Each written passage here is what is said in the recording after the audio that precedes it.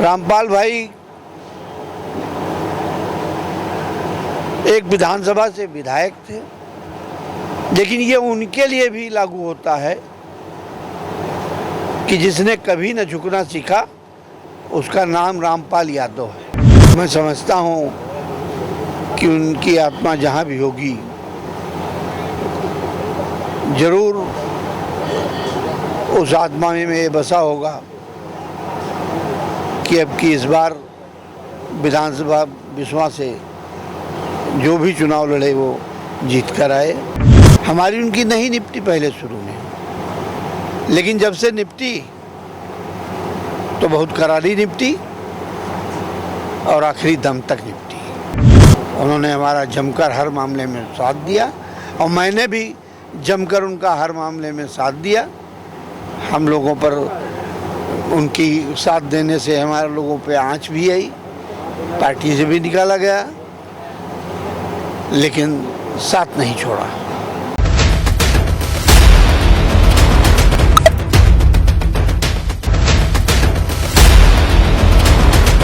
नमस्कार, मैं हूं नफीस अहमद और आप देख रहे हैं न्यूज़ 9 लाइव टीवी। मैं इस वक्त मौजूद हूं सीतापुर के चंदीभानपुर गांव में और हमारे साथ इस वक्त मौजूद हैं पूर्व विधायक महेंद्र कुमार सिंह उर्फ झीन बाबू जी, जिनसे हम बातचीत करेंगे और ये जानने की कोशिश करेंगे कि आज ये अपने साथी सपा योद्धा पूर्व विधायक स्वर्गीय रामपाल यादव जी की प्रथम पुण्यतिथि पर श्रद्धांजलि सभा में शामिल होने के लिए आए थे और उन्हें पुष्प अर्पित कर श्रद्धांजलि अर्पित की है। हम उनसे बातचीत करेंगे और उनकी कुछ पुरानी यादें जो हैं उन्हें ताज़ा करने की कोशिश करेंगे। सबसे पहले तो आपका बहुत बहुत स्वागत है न्यूज़ 9 लाइव टीवी। धन्यवाद।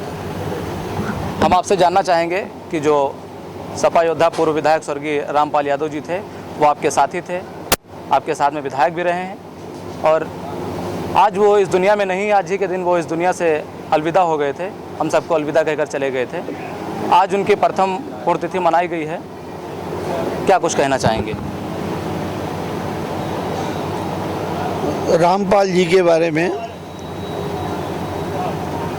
इस जनपद ही नहीं बल्कि और हमारे आसपास के जनपद के लोगों को बताने की ज़रूरत नहीं है कि रामपाल जी का व्यक्तित्व और उनकी कार्य करने की शैली जो थी वो कैसी थी। वो शालीन भी थे, नरम भी थे और गरम भी थे। हमारा उनका कभी कभी खट्टा मीठा संवाद हो जाता था, लेकिन आज वो है नहीं। जब थे तब भी मैं कहा करता था और आज भी कह रहा हूँ। उन्होंने मैंने कुछ कह दिया अगर तो उन्होंने मुझे कभी जवाब नहीं दिया और कोई कह देता था कि बाबूजी ने कहा, आपने कुछ कहा नहीं कुछ। तो बाबूजी बड़े हैं और वो कह गए ठीक है और उनको 10 पग उनको चलेंगे वो और फिर मिलोगे तो गले से लगा लेंगे। तो उनकी ये शालीनता भी थी और कठोरता ये थी कि वो झुकते नहीं थे किसी से।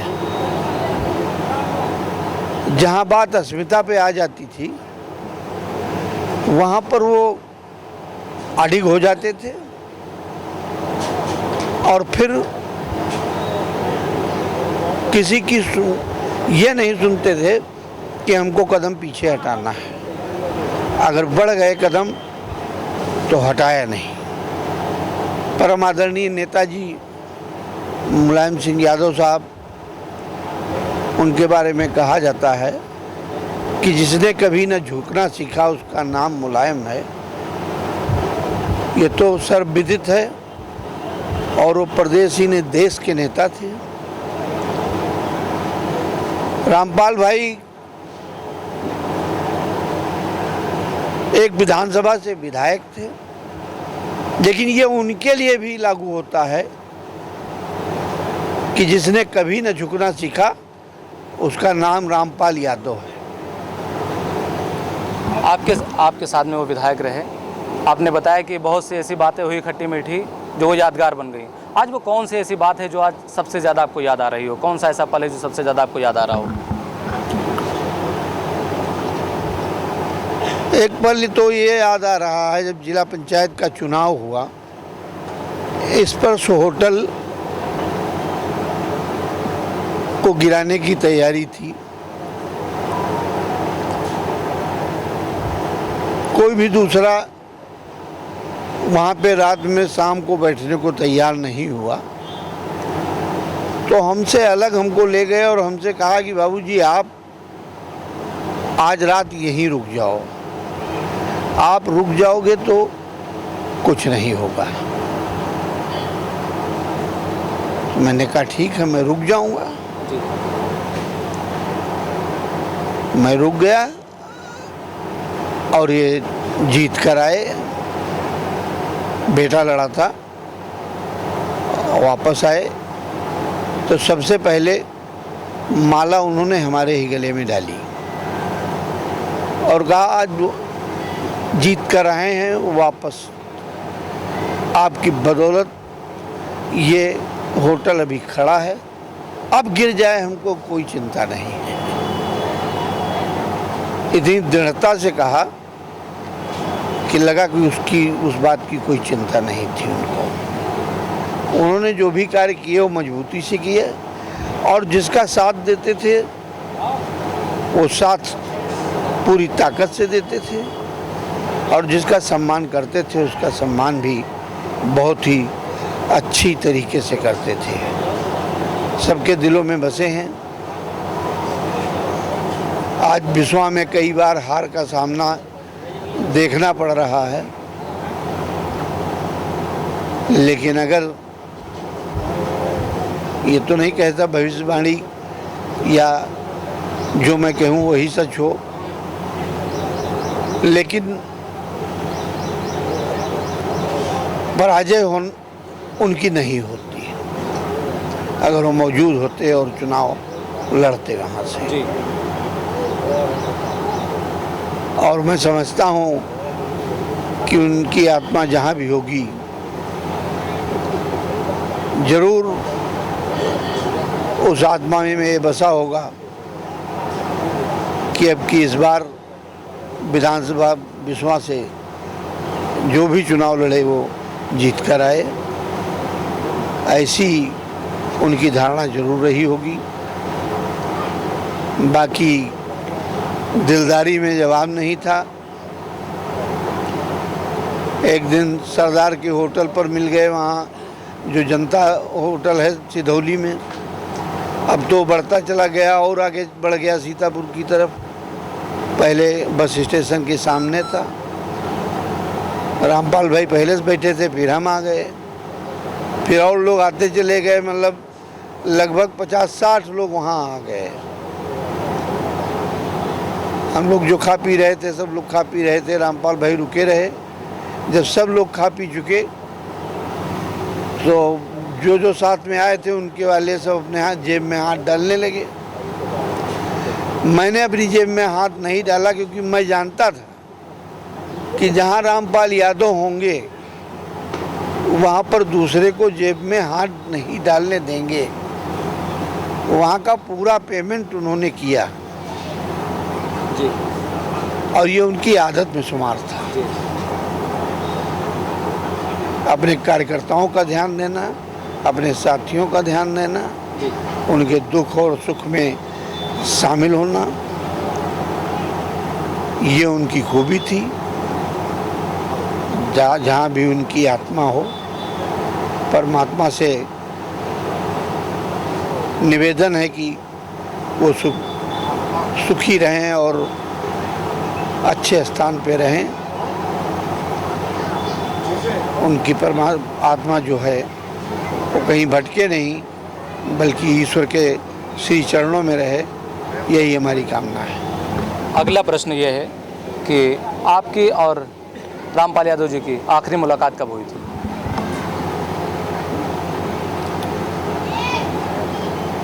जब मिश्रिक में आदरणीय राष्ट्रीय अध्यक्ष जी का कार्यक्रम था नए मिस में, जी, प्रशिक्षण शिविर। हाँ, प्रशिक्षण शिविर वाला, उसमें ही हमारी मुलाकात हुई। ये अपने ऑफिस में बैठे थे जी। हम लोग सामने सब बैठे थे, तो सबके सामने ही हमने कहा कि आप थोड़ा सा, हमको लगा उनके चेहरे से कि मतलब कुछ अजीब सा है, कंडीशन गड़बड़ है। हाँ।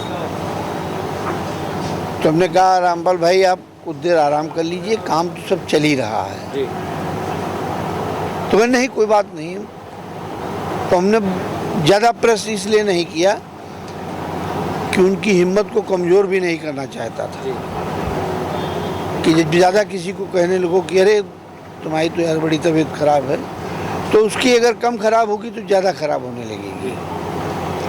तो उनकी हौसला अफजाई के लिए हमने फिर दोबारा नहीं कहा। हमने कहा फिर भी थोड़ा देख लेना, कोई समय मिल जाए तो आराम कर लेना। और कार्यक्रम हुआ, कार्यक्रम के बाद हम लोग मिले, एक साथ बैठे एक आध घंटा, उसके बाद बस वही हमारी आखिरी मुलाकात थी। फिर हॉस्पिटल जब गए थे तो किसी को जाने नहीं दिया जाता था, किसी की मुलाकात नहीं हो पाई। तो नैमिष में हमारी आखिरी मुलाकात हुई। और हम कह रहे हैं नैमिष ऐसे धाम में आखिरी मुलाकात हुई है, जो नैमिष ऐसा ही धाम उनको वहाँ मिले, ये मैं ईश्वर से कामना करूँगा। जब आपकी उनकी आखिरी मुलाकात हुई थी तो क्या आपने ये सोचा था या आपके जहन में आया था कि वो इस दुनिया में नहीं रहने वाले हैं, जल्दी ही इस दुनिया से जाने वाले हैं, हम सबको अलविदा कहने वाले हैं? क्या कभी इस तरह का ख्याल आया था आपको? नहीं, ऐसा तो नहीं कहा है कि पहले भी कुछ दिन पहले कमज़ोर हुए थे शुगर के कारण, तो ये आवाज़ था कि शुगर है, वही गड़बड़ रही है, इसी के कारण से ऐसा है। बल्कि ऐसी कोई भावना नहीं थी कि इतनी जल्दी हमसे लगभग 5-6 साल छोटे थे। तो ये तो सपने में भी नहीं सोच सकता था कि इतनी जल्दी हमारा और सबका साथ छूट जाएगा।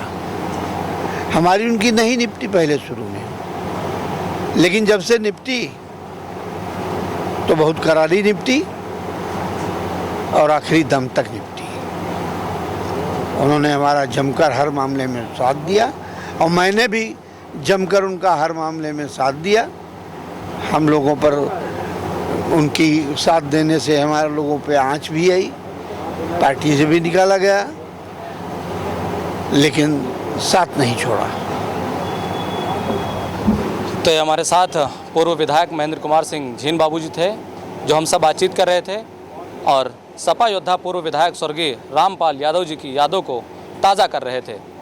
इनके साथ रामपाल यादव जी की कैसी मुलाकातें रहीं, क्या घटनाएं घटीं, ये पूर्व विधायक महेंद्र सिंह जी ने बताया है, आपने बखूबी सुना है।